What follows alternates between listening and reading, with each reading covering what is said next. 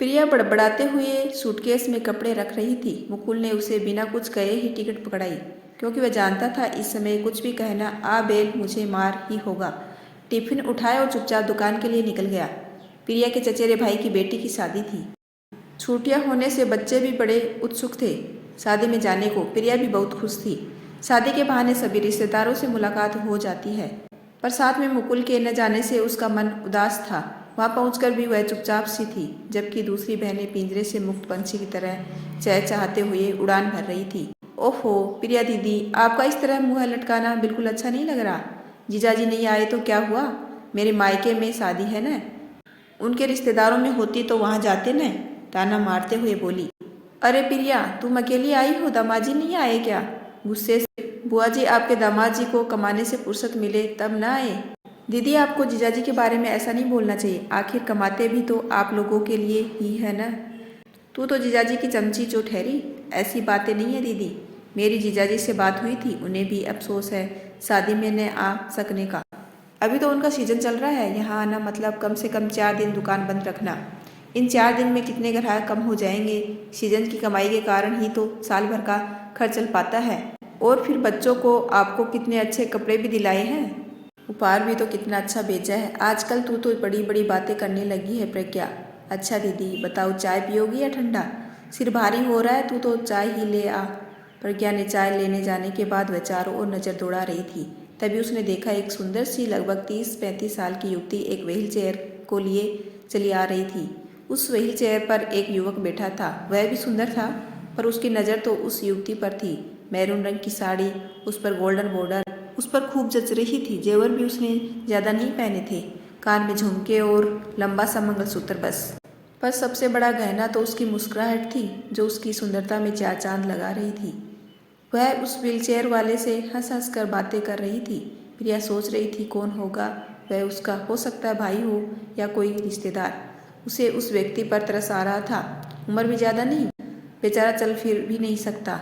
सोचती भी जा रही थी और नजरें उस युवती का पीछा भी कर रही थी।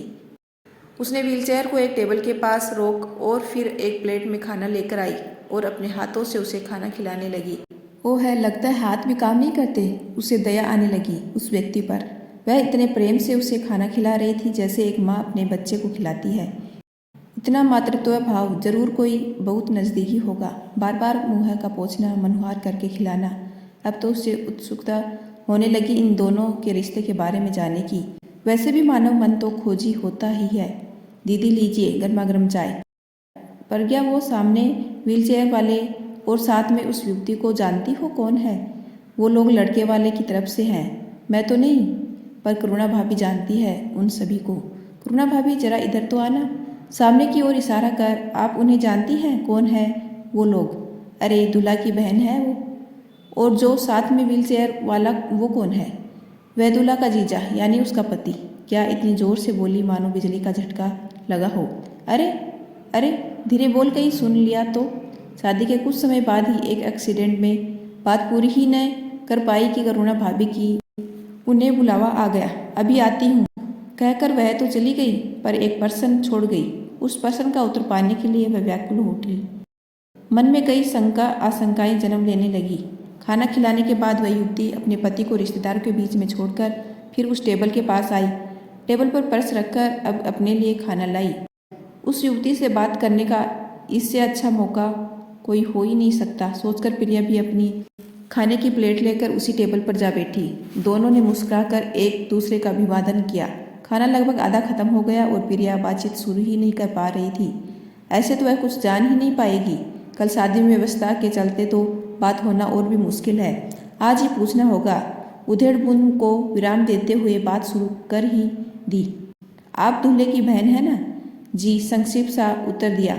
अभी जिन्हें आप खाना खिला रही थी वो आपके पति हैं? जी हाँ, कहते हुए मुस्कुरा दी। क्या परेशानी है उन्हें? हिचकाते हुए प्रिया ने पूछ ही लिया। उनकी रीढ़ की हड्डी में प्रॉब्लम है। क्या शुरू से या कोई? प्रिया के जाने की उत्सुकता को देखते हुए बोली। शादी के 6 महीने ही हुए थे। उस दिन मेरी प्रेगनेंसी की पॉजिटिव रिपोर्ट आई थी। सब बहुत खुश थे, खासकर मेरे पति तो बहुत ही ज़्यादा। उसी दिन फैक्ट्री जाते समय एक गाड़ी ने इनकी गाड़ी को पीछे से ठोकर मार दी। एक्सीडेंट तो भयानक था ही। ये बच तो गए, पर रीढ़ की हड्डी में ऐसी चोट लगी कि निचला भाग पूरी तरह बेकार हो गया। कोई और अंग होता तो शायद ट्रांसप्लांट भी हो जाता। यहाँ तो कोई गुंजाइश ही नहीं थी। लेकिन खाना तो आप खिला रही थी। वह हाथ हिला तो सकते हैं, पर कोई काम नहीं कर सकते। आप बहुत हिम्मत वाली हैं। आप चाहती तो दूसरी शादी। हिम्मत होती ही नहीं, परिस्थितियों को देखकर आ जाती है। इन्होंने तो मुझसे कहा था, मैं तुम्हें पति का कोई सुख नहीं दे सकता। अभी पूरा जीवन पड़ा है, अबॉर्शन करा लो और तलाक लेकर नया जीवन शुरू करो। फिर हादसा तो किसी के साथ भी हो सकता है। यदि यही सब मेरे साथ हुआ होता तो क्या आप मुझे छोड़ देते? और अबॉर्शन की तो कल्पना भी नहीं कर सकते। यह हमारी प्यार की निशानी और इस घर का वारिस है। मेरे इस जवाब पर कुछ नहीं बोले। मैं किसी भी कीमत पर इन्हें छोड़ने को तैयार नहीं थी। आखिर हमने शादी में 7 जन्मे तक जीने मरने की कस्में खाई हैं। इतना जल्दी मैं हार नहीं मानने वाली थी। शरीर भले ही साथ नहीं दे रहा था, पर दिल और दिमाग से तो पूरी तरह तंदुरुस्त है। वह बोलती जा रही थी। प्रिया मंत्रमुग्ध सुनती जा रही थी। पापा जी के कंधों पर फैक्ट्री का पूरा भार आ गया था। बेटी भी थोड़ी बड़ी हो गई थी और ये मानसिक रूप से अपने आप को परिस्थितियों के अनुकूल ढाल चुके थे। तो सोचा पापा जी की कुछ सहायता की जाए। इन्हें फैक्ट्री जाने के लिए तैयार किया। मैं तो साथ जाती ही थी।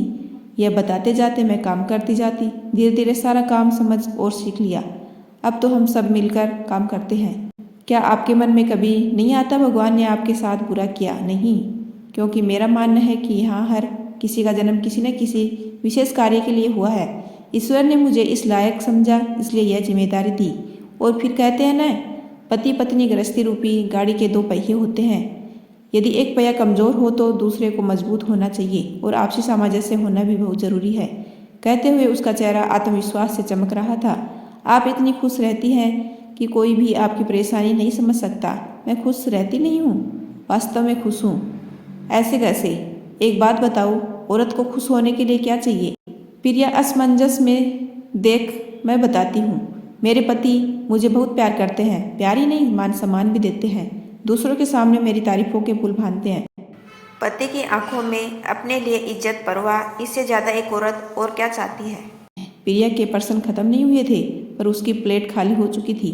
वह उठकर चली गई। प्रिया की प्लेट तो आधी भरी हुई थी, पर खाने की इच्छा खत्म हो गई थी। पर प्लेट को एक और खिसकाकर उसने मुकुल को फोन लगाया। उसे मुकुल से ढेर सारी बातें करने का मन हो रहा था, पर ग्राहक होने के कारण मुकुल ने कहा, बाद में बात करते हैं। आज उसे मुकुल की इस बात पर बिल्कुल भी गुस्सा नहीं आया। उसने मुकुल से I love you and miss you कह फोन रख दिया। खुशी से पलकें भीग गई थी। अब वह भी पंख खोल बहनों के साथ उन्मुख उड़ान भरने को तैयार थी। होली के पहले ही जीवन खुशियों के रंगों से भर गया था। यदि आपको मेरा छोटा सा प्रयास अच्छा लगा हो तो चैनल को लाइक, शेयर एंड सब्सक्राइब कीजिए।